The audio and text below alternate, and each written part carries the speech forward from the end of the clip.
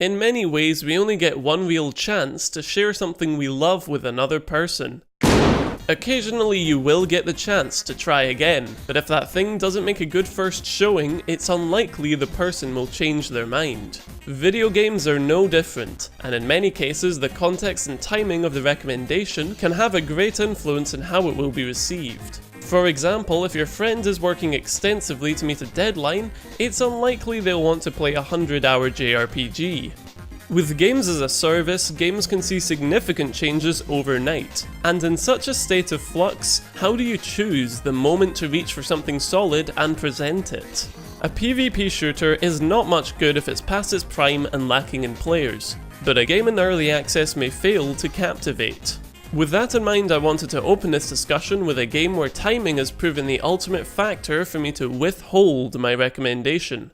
That game is SpaceLords. Through a melee and energy-based combat system and active, highly involved mission structures, it manages to take component parts of other games I'm familiar with and blend them into an unrecognizable package.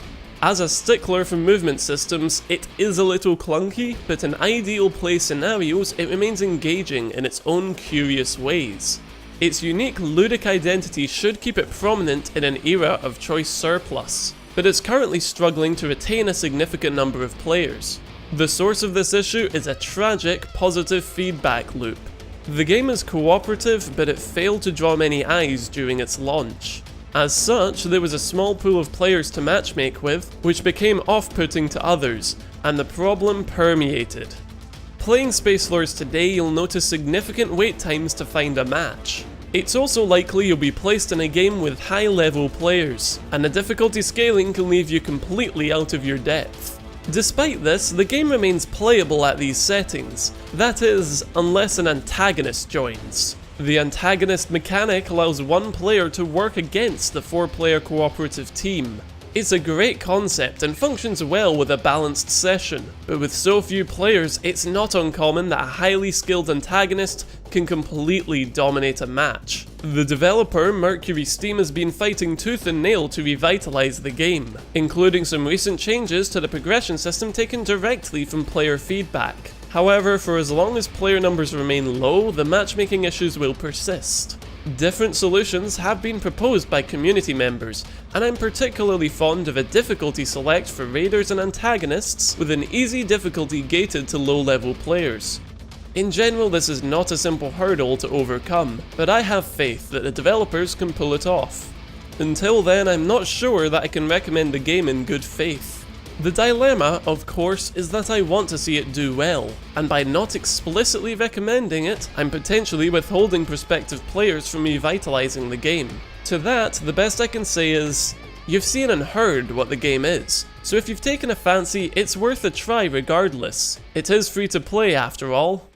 Occasionally, I make very poor judgment calls. Near on a decade ago now, Christ, I remember stumbling across the website for a block construction game in its early stages of development. Though I appreciated the lo-fi style and the fun concept, the game lacked much of anything to do, and I remember thinking, I don't see myself playing this for long. I'm not sure this will catch on. That game was Minecraft. The lesson from this anecdote is that it's very possible for a game to be given a second chance. However, there are scenarios where a second chance falls short of significance, simply due to external factors. I picked up Warframe in one of its beta phases with a few friends. At the time, it wasn't very impressive, with drab cookie-cutter layouts and a lack of its now defining movement features. With that in mind, it took years for me to finally return to the game, and I was pleased with its incredible renovation. Of course, there has to be a catch to the story, otherwise I wouldn't be telling it. Those friends I mentioned kept playing the game way back when. As such, my eventual return presented me with a few options. Either play solo, play at a level which completely outclasses me, or have my friends create new characters and effectively still carry me by sheer virtue of their experience with the game. Warframe is fun to the point where I enjoy it even with the latter option, but I can't help but feel I'd be much more engrossed had we all started playing when the game passed a certain threshold of quality. A game that manages to somewhat offset this issue is Path of Exile. Not only do your levels scale with who you're playing with, A new league is introduced every 3 months, and it means that if you want to play, you have to make a new character. At this point, it creates a perfect opportunity for new players to jump in and play with their friends. The skill gap between friends can also prove problematic in other titles, particularly one life, one round PvP games like Rainbow Six Siege and Counter-Strike Global Offensive. The punishment for trial and error in these games can be significant, and for new players out of their depth, this can turn it into a frustrating experience. In a game like World of Tanks, where matches are tiered and a majority of players operate at the highest tiers of play, this can work to gate new players out of the part of the game that their friends usually reside in. A similar issue can be found in MOBAs and competitive shooters, where a low-skill player can drag the team's ranking scores down. In many cases, picking up a game at the same time as a friend can prove the necessary context for recommending it in the first place.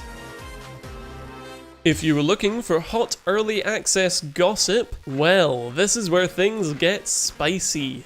About a year ago, I recommended a vehicle construction game called Trailmakers to a friend. Since then, the primary single-player game mode Expedition was removed and replaced by Rally.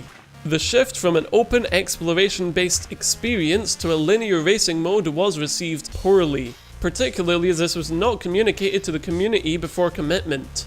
The developers cited the linear nature of Expedition and the challenge in keeping it consistent with block updates as reasons for its removal. Since then, they've announced a coming update with a new improved version of the mode, but for a duration, people who bought the game for its single player were left only with the developer's word. If I had recommended it to a friend for the Expedition mode and not the multiplayer sandbox, I'd have felt pretty guilty. A similar issue cropped up with Beat Saber, as the custom track mod stopped being supported by its creator, and customers flocked to its Steam page to voice their displeasure over the lack of such a feature in the base game. A level editor has now been introduced, but these two games act as effective reminders. The games in early access may not always be the games you bought initially. In fact, with the current live service model, entire aspects of games can be significantly altered, whether it's an early access title or a major AAA shooter. If a developer so wishes, they wield the power to make their game unplayable, and this is kept in check only by the backlash that they would receive as a result. There's no guarantee that the game you recommend will be the same game the next day, and that's made recommending a game more than just a matter of quality. It's also a matter of context. Consider this addendum a call out to TheGamerTronShow and his ragtag bunch of miscreants, who kindly but insistently told me to make a SpaceLords video. The creation of this video was mere coincidence. Let it be known that I do not cave to such nefarious, under-the-table workings.